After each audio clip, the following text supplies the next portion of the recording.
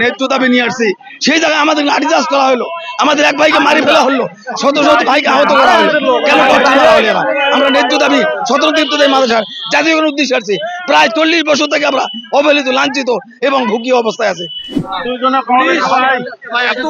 একটা ভালো না দেখতে পাচ্ছি দর্শক, তারা কিন্তু এখন নিয়ে যাওয়া হচ্ছে হসপিটালের দিকে, হয়তো হসপিটালে নিয়ে যাওয়া হবে।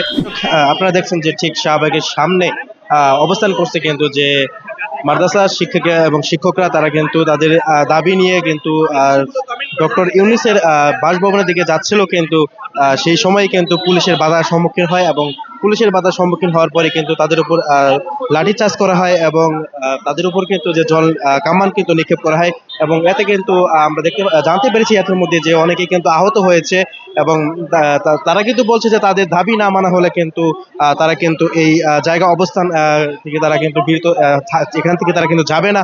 এবং আমরা এর মধ্যে দেখতে পাচ্ছি যে দর্শক অনেকে অসুস্থ হয়ে পড়ছে এবং এখানে কিন্তু নারী শিক্ষার্থী এবং নারী শিক্ষক এবং পুরুষ শিক্ষক কিন্তু তারা কিন্তু আছে। তারা কিন্তু দেখতে পাচ্ছেন যে এখন কিন্তু দলবদ্ধ ভাবে কিন্তু তারা এই রাস্তায় অবস্থান করছে এবং বসে আছে।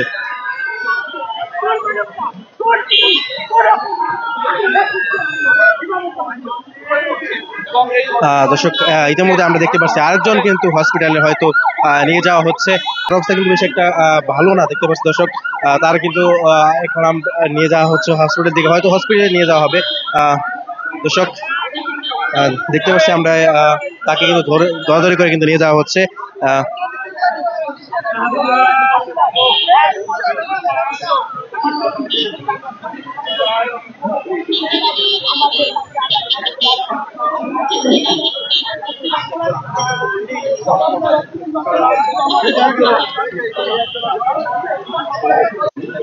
দর্শক আমরা জানতে পারছি যে ইতিমধ্যেই 4 থেকে 5 জন কিন্তু মেডিকেলে নিয়ে যাওয়া হয়েছে এবং ধীরে ধীরে কিন্তু এখনো কিন্তু মেডিকেলের দিকে আরো মানুষ নিয়ে যাওয়া হচ্ছে।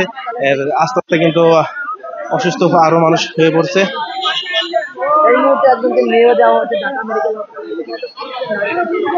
দর্শক দেখতে পাচ্ছেন যে পুলিশের লাঠিচার্জ এবং জল কামান নিক্ষেপ করার পর দেখতে পাচ্ছেন যে তাদের বর্তমান অবস্থা। আমাদের শিক্ষকদেরকে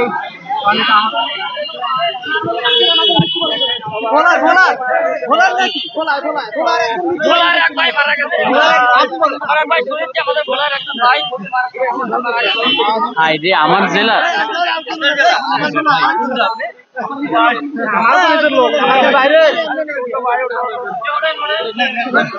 ভাই ওঠেন না কেন ভাই, ওঠেন না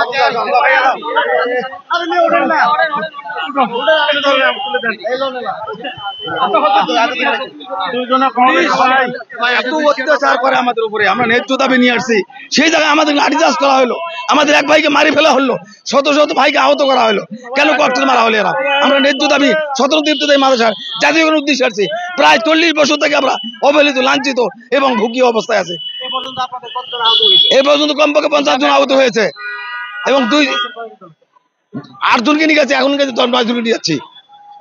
আর একজনে মারা গেছে, আমি শুনলাম একজন মারা গেছে। জি জি জি, আমি ভাই রুগীর সাথে যাবো, একটু দয়া করে আপনারা চান। দর্শক যেমনটা আমরা দেখছিলাম যে ধীরে ধীরে কিন্তু আরো মানুষ হসপিটালে মেডিকেলে নিয়ে যাওয়া হচ্ছে।